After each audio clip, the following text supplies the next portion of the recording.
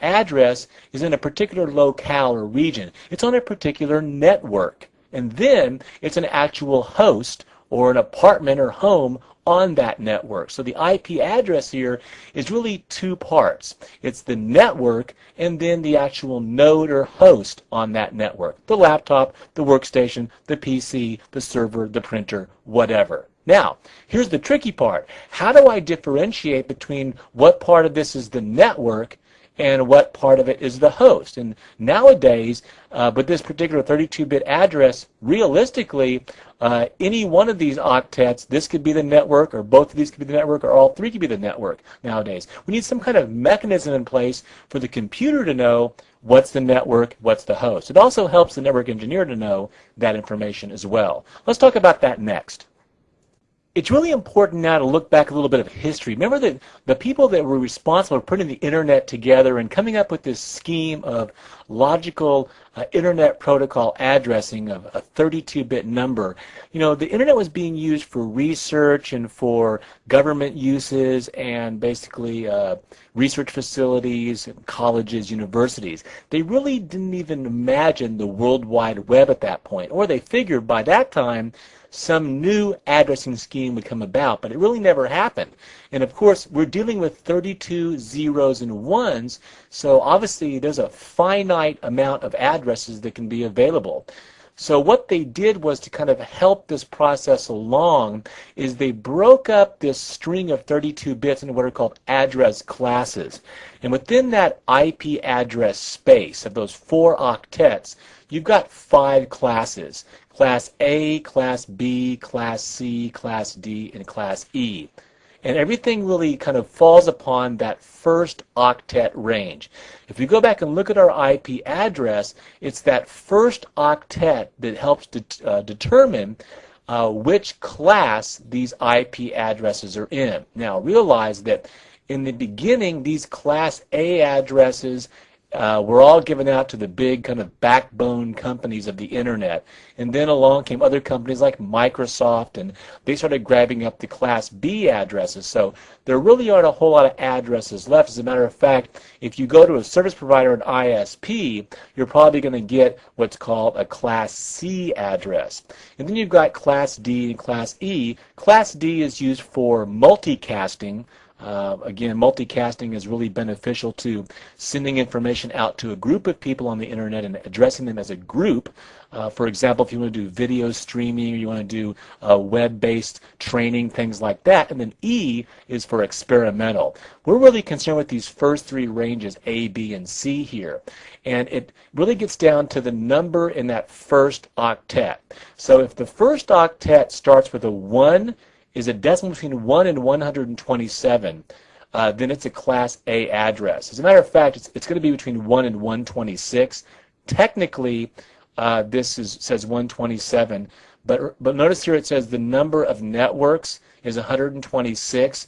Why is one of them left out? Well, because the 127 network is actually used for as we'll see later on, kind of a troubleshooting address. 127.0.0.1 is used as a loopback address. It's used for testing your local system.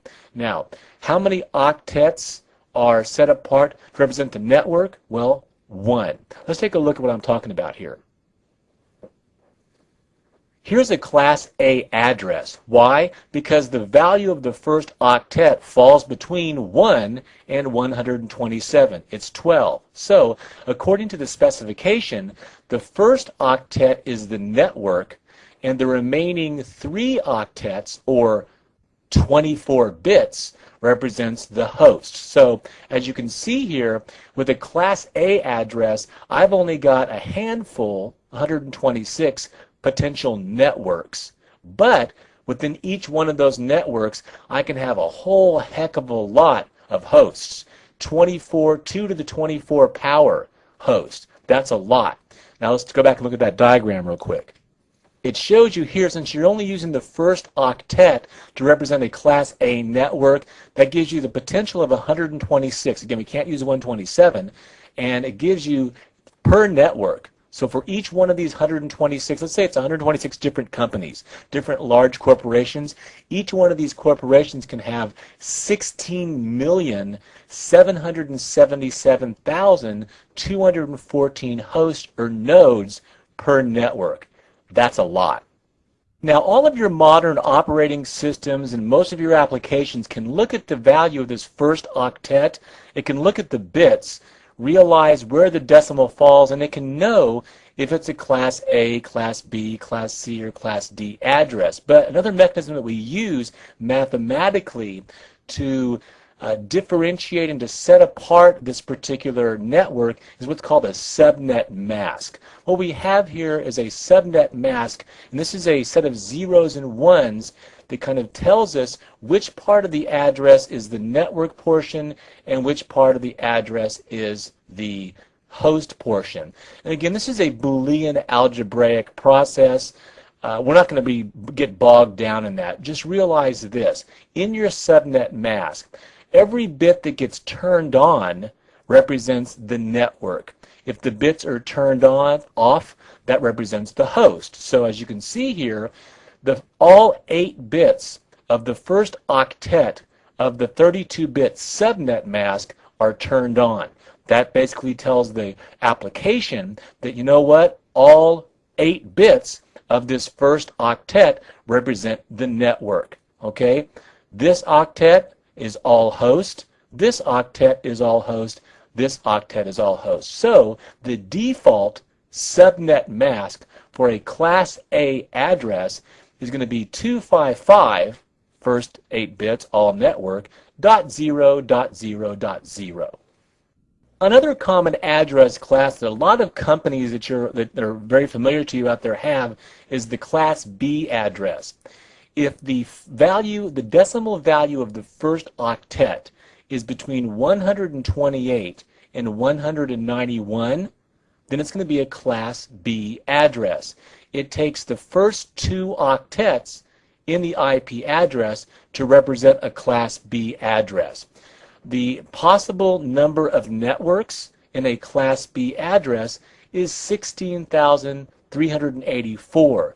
So there's over 16,000 possible Class B addresses out there. For each one of those Class B networks, each one of these 16,384, each one can have a possible 65,534 hosts. As a matter of fact, this amount of hosts here represents the number of bits that are left over for the network, which is a 16-bit number. Now, this isn't all the possibilities because you can't use the 0 and you can't use the highest possible number for the network. We'll talk about that a little bit later on because each network has to have a broadcast address, an address that represents all the hosts on that network. So mathematically, this won't equal all the possibilities. But you really want to memorize from this table. One of the most important things to memorize from this table is what is the first octet range of a Class A, Class B, and Class C. Okay?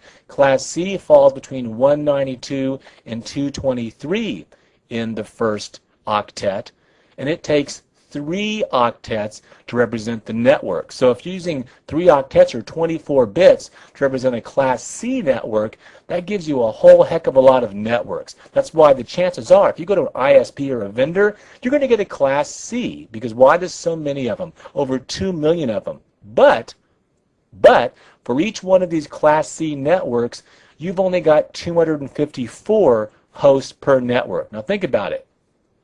If we're using the first 3 octets for a Class C, let me change my pointer here.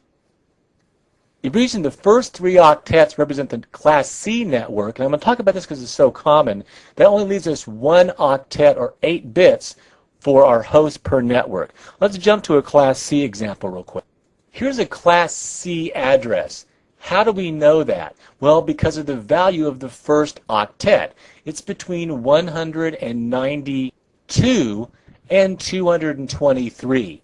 We also know from the table that a Class C address, the first 3 octets represent the network, which gives us over 2 million possible networks, but then the last octet is used for the host. And you can see here in our subnet mask that it represents that exactly.